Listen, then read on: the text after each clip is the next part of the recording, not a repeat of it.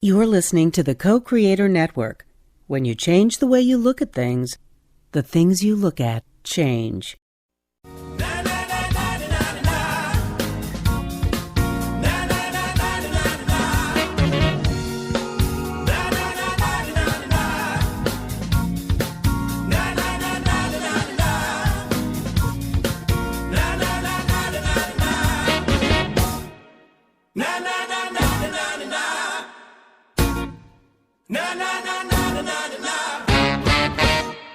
Hey, welcome everybody to Self-Mastery, Becoming a Leader of Light in a Changing World. This is Mary Schechter, and I'm here today on April 10th with my co-host Maryann Roefaro to deliver to you a wonderful show. Fantastic show. The title of today's show is Why Is No One Listening to Me? What you need to know today to get others to listen. So you cannot be a human being walking the face of the earth and not ask that question at least once in your life. Why is no one listening to me? So today's going to be packed with practical ideas and, as importantly, some underlying thoughts about why it might be happening in the first place, why that perception might be something that you're experiencing on a day-to-day basis. Just a reminder, we're here with you every Wednesday as part of the Co-Creator Radio Network, and you can find our homepage as well as lots of great information about what is happening through Co-Creator at www.cocreatornetwork.com. Our show is Wednesdays, again, at 2 p.m. Eastern Standard Time, and it is our pleasure to become every week a part of Ken, our producer's family, and to share with you some great ideas that come out of our own experience. Just also a reminder that I have a practice which I'm very proud of. I'm in my 11th year of not only surviving, but frankly thriving, doing the kinds of work that is necessary for individuals and organizations to help them make that shift from fear-based thinking to what I'm going to call freedom-based thinking, or in some circles that would be love-based decision-making and thinking.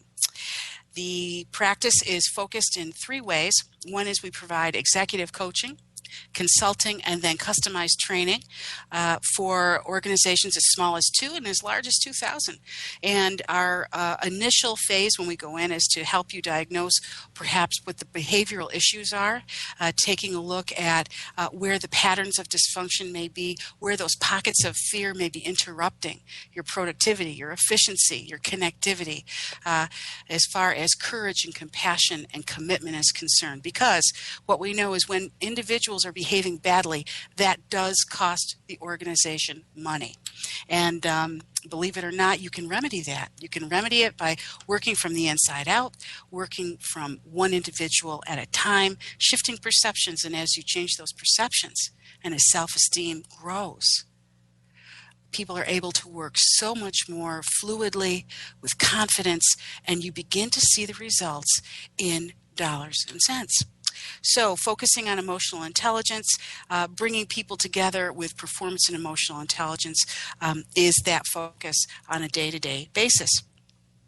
Also want to let you know that I do provide hypnotherapy assistance, and I also am a master practitioner in NLP, which stands for Neuro-Linguistics Programming, which is a wonderful tool to help people change and shift their perceptions, which are groundbreaking in being able to see the world differently and make different kinds of choices that always go back and support the best person you can be.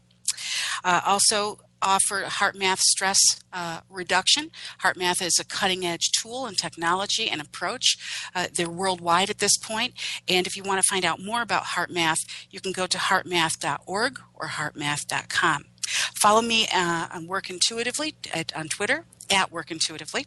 I also have a fairly large presence on LinkedIn, and I send out weekly messages on emotional intelligence. So please go to my homepage at www.theintuitiveorganization.com and sign up, because it's free and it gives you some really interesting things to not only think about, but tips on a practical level that you can use every day. So with that, I would love to turn it over to my co-host so she can share important information for you to listen to. Thanks, Mayor.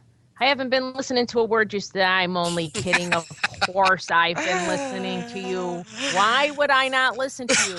Well, just stay tuned to our show and you'll figure that out. Oh, hi, everybody. It's great to be with you again. Just want to remind you that my day job, I'm the CEO of Hematology Oncology Associates of Central New York. It is the largest private practice for blood disorders and cancer care in central upstate New York. So very proud to be associated with all of the physicians and employees. We've got about 265, 270 people in this organization, an organization that is dedicated to the mind, body, and spirit of the patients dealing with blood disorders and cancer. So you can find out a lot about that practice at www.hoacmy.com. And I just want to once again thank the wonderful physicians who allow me to take the time out of my work schedule to be able to do this show and to come in and be a part of your life. So I'm very grateful for that. And I'm probably starting maybe my 30th year of leadership experience. I actually had my first position when I was 24 years old, learning that I lost more privileges than I had gained. So it's been a wonderful experience, and I've been very blessed to be able to have a lot of great opportunities in this community with a lot of different high-level leadership positions. So Mary and I together bring you a lot of years of experience and hope that perhaps as we kind of roll out this blueprint for new thought when it comes to leadership, that you would embrace some of these concepts or at least just take the time to contemplate them and think about that. Just also wanted to share with you, I have a private practice of energy healing and education. I'm a Reiki master teacher. I do some spiritual mentoring, and I'm also a certified hypnotherapist. And I have a little part-time practice that's really booming along. And I would love for you to go to my website, www.doitfromtheinsideout.com. doitfromtheinsideout.com. There you can see my book that I am so proud of called Building the Team from the Inside Out, a Multidimensional View of Leadership. Would love for you to check that out. And there's a picture of the book, and you could click on that, and it'll bring you right to Amazon, Barnes & Noble, so that if you're interested in purchasing that. Also, you'll be able to see what my Twitter. It's just at Maryann Roefaro. I send out a wisdom tweet every morning. You can also see Maryann, my picture, and if you click on that, it will lead you to the iTunes store, in which we've got probably over 65 free podcasts on there, all the shows that we've done on leadership development. So we would love to have you have them. In addition to iTunes, they're on co-creatornetwork.com. They're on YouTube, all sorts of wonderful places. So we're very, very excited about that. So having said all that, I just want to say that we're very excited again to be with you, and especially for today's show, Why Is No One Listening to Me? So just a little reminder why we're here. Well, Mary and I have been here since the fall of 2010. Wow, that's a long time. And we're trying to provide a blueprint for new leadership, building intuitive leaders and changing that paradigm from fear to freedom. People can love their jobs. People should love their jobs. And when they love their job and go to work, the amount of productivity and success is really endless. So with that, Mary, this is our Accountability Continued. Mary's going to review our mission. We're just going to briefly slide through our guiding beliefs because we feel it's so important to underscore those at every one of our shows. So, Mares. I'm ready. So our mission, just as a reminder, is to do two things. We hope we're inspiring and then secondarily demonstrating what we call love-based decision-making in the workplace. And that can seem kind of paradoxical sometimes, but we're here to testify that it's possible. Because when you take love and you shift it to the word freedom, you know that when you're at your very best, and when someone else is at their very best, you can actually shift perceptions and shift the outcome to one of freedom-based thinking and freedom-based action. We do have 4 guiding beliefs, and I'll share with you the first one and roll it over to MR for the second. Number 1, we are one, and life is a process of remembering who we are and why we're here. I think the operative word here is remember. And why is that important? Well, Maryann and I really do believe that you have the answers to every question that you ever could think of, not outside of yourself, but inside of yourself. not in someone else's mind and experience, but in your own. You see, when you start to honor and acknowledge the uniqueness in your own authenticity, as a reserve of wealth, of wisdom, then you can really be much more efficient. So what we want to remind you of is that every day is another step in the journey of knowing self. And as you know self, you become more and more a powerful leader, and in our terms, a leader of light. Mm-hmm. Second, we are only limited by the boundaries we place on ourselves. So do remember that limitation is a manifestation of fear. And when we put those limitations on ourselves, we're usually enveloped in fear that sounds like, I can't do it. I'm not good enough. I'm not smart enough. Oh, I'll have bad luck. Oh, for sure, it'll be the same old story. I won't be able to accomplish what I want to. Know that those are all fear-based statements.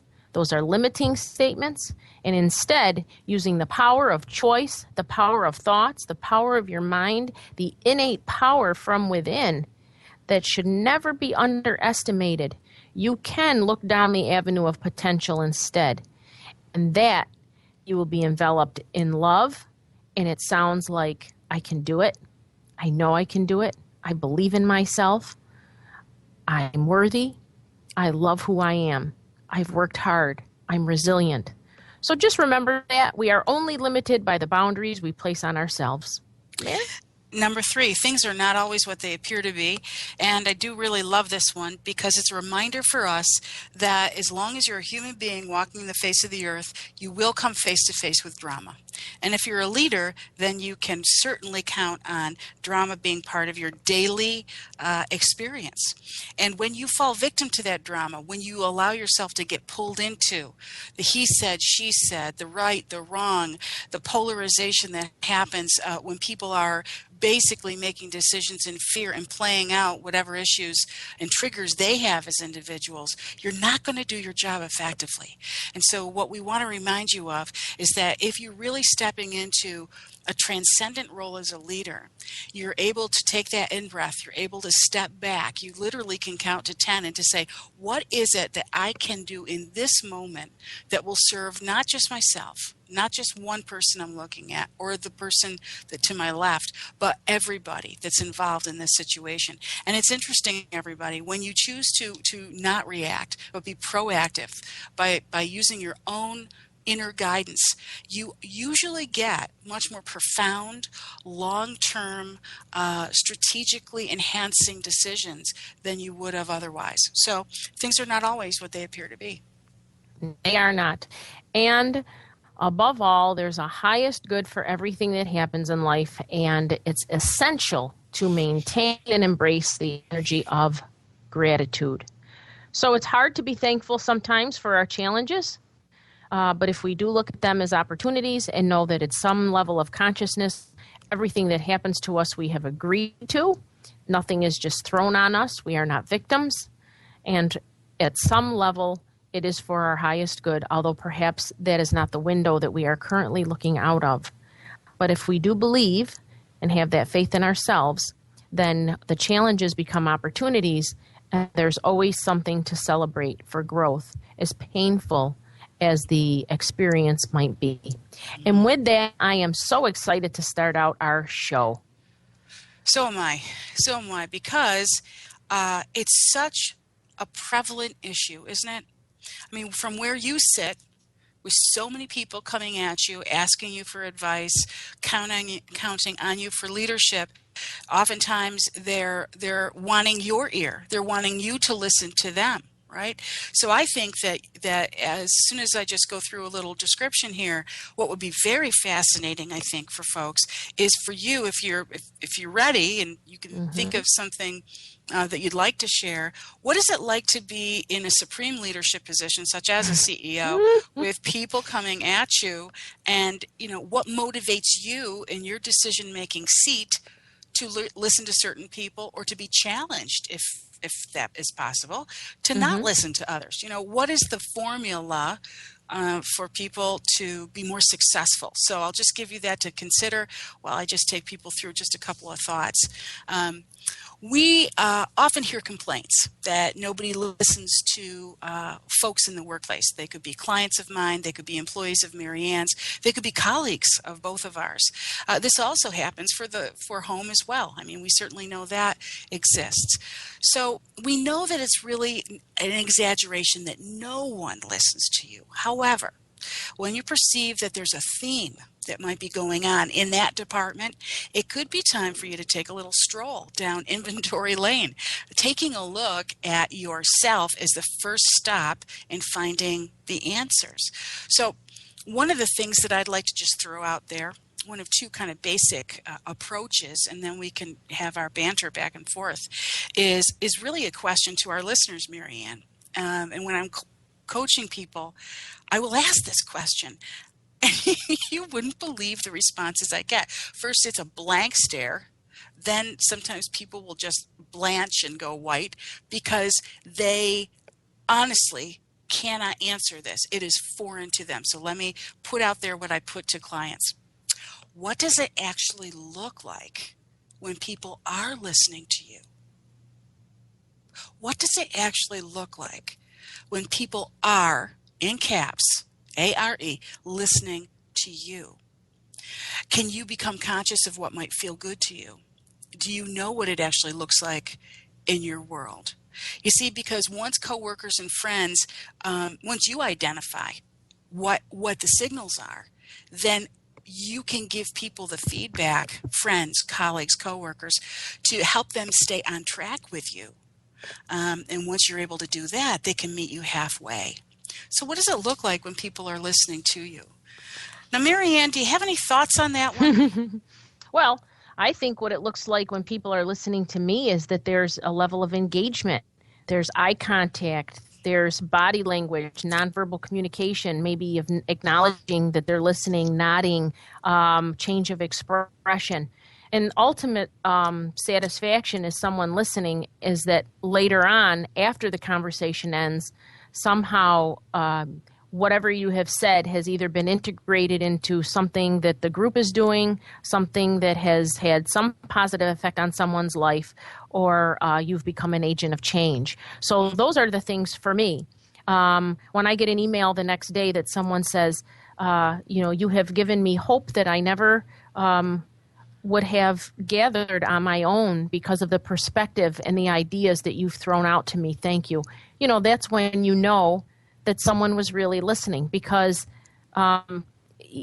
listening is interesting for someone like me. I've had to actually work on this. When I was in kindergarten. How is that? Well, when I was in kindergarten and they, would give out S's and N's, I only had one N, and it was in self-control. And I could not understand it because at that time, 5 years old, I thought self-control was not wetting your pants. So I remember saying to my mother, Mommy, I don't understand this N, because even back then, the thought of an N was just mortifying to me because I always was an overachiever. And I said, it's not like I wet my pants or anything. What are they talking about? And she said, well, your teacher thinks maybe you talk a little bit too much and you would be better at listening a little more. So that's when it was first introduced into my life. Then I remember in 4th and 5th grade, because I had the same teacher, so it was through those 2 years, we used to take listening tests. And I actually used to do this with my girls when they were little because I thought it was a good exercise for them because it had worked nicely for me. I had failed the first couple, and the listening test was the teacher would tell a brief story, and then you would answer questions after. And I would fail them in the beginning, and then I had to really pay attention. And I think what was happening to me, and I'm glad I figured this out kind of young, was I was so caught up in listening and thinking how I was supposed to remember that I would miss some of the pieces after. And I think people sometimes do that. They may even fake out the whole nodding and eye contact, but they might not be listening because what they're preparing is their next rhetorical statement, what they're going to say next, what they should do after, what they have to pick up at the grocery store, which they can't forget.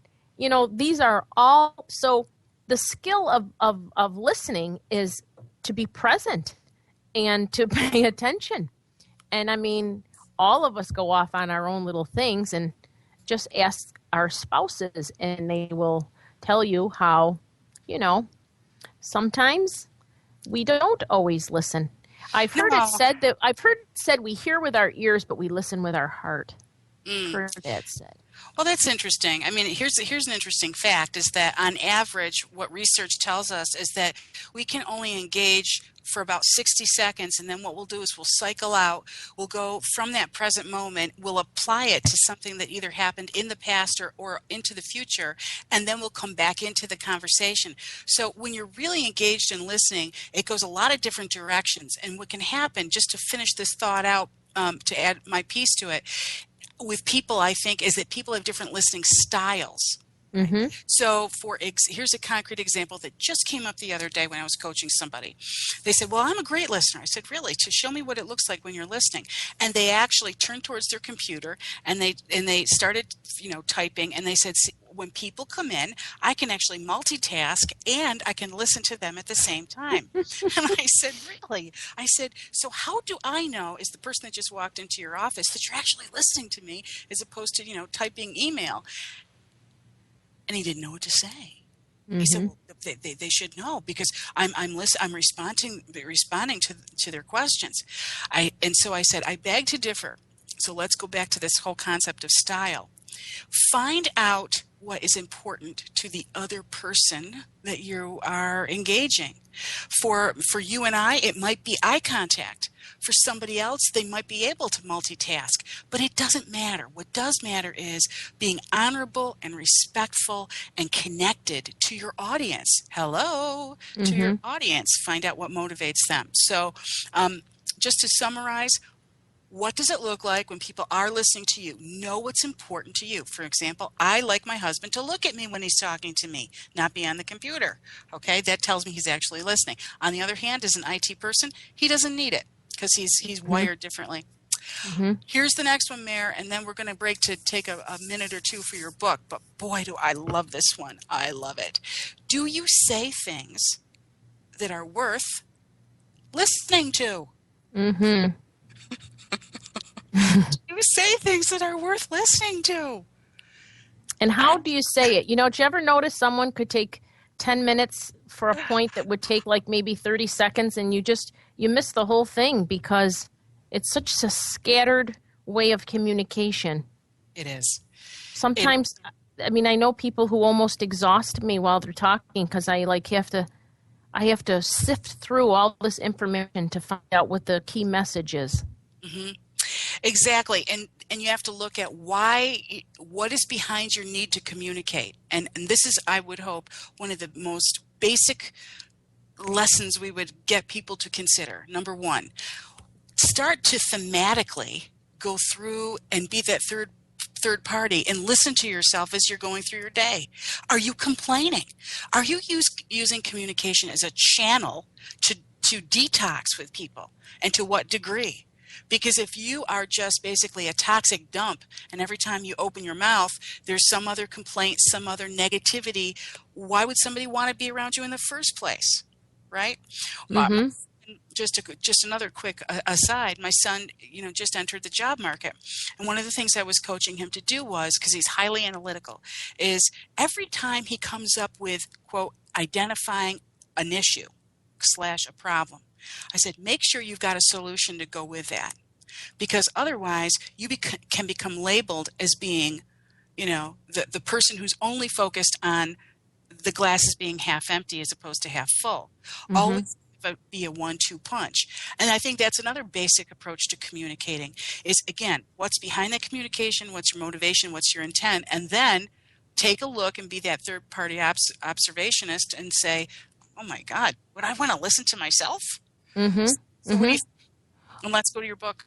Yeah, I agree. Before I read the book, I want to just make another comment, and that's about listening in the workplace when employees feel that they, no one hears them and they're not being listened to. And I would just throw out for those people struggling with that, are you concerned about people not listening, or is it that just things aren't going your way? You can't have it your way and you don't understand. Because one of the things as a CEO that I know is that I should and hopefully I do, maintain the most global perspective in the organization because of the diversity of being exposed to all facets and all leaders and all, avenues and areas. So sometimes, people may feel that they're not being listened to, but it's really because they only have one piece of the puzzle and they don't understand how globally it would affect. And so they manifest feelings of not being listened to. And for that, I would just throw out there, for you to contemplate, is there workplace mediocrity? For example, is there a lack of vision in the organization? Is there a lack of participatory leadership? Are you isolated in your feeling or belief that no one's listening to you, or is it systemic? Do a lot of the leaders and a lot of the people, or does the whole organization feel no one's listening to them? Because those are very important aspects in the whole listening thing in the workplace.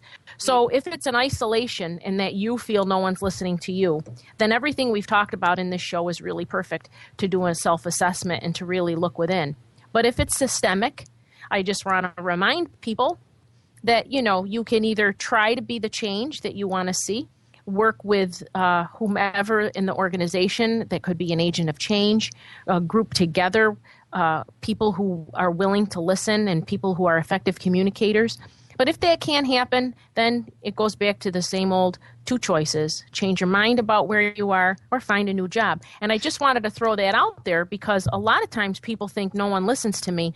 And there's personal agendas and personal issues, but there's also professional of, does the organization truly have a lack of vision, and is it systemic that no one is heard, or is it just one of those things where, it's an isolated incident because you can't communicate effectively, or you're not saying anything worth anything, or you're so complicated in your presentations that no one knows really what you're trying to say. I want to add one more thing before you go to the book. You said people have two choices. Well, they have actually a third, if I could just say.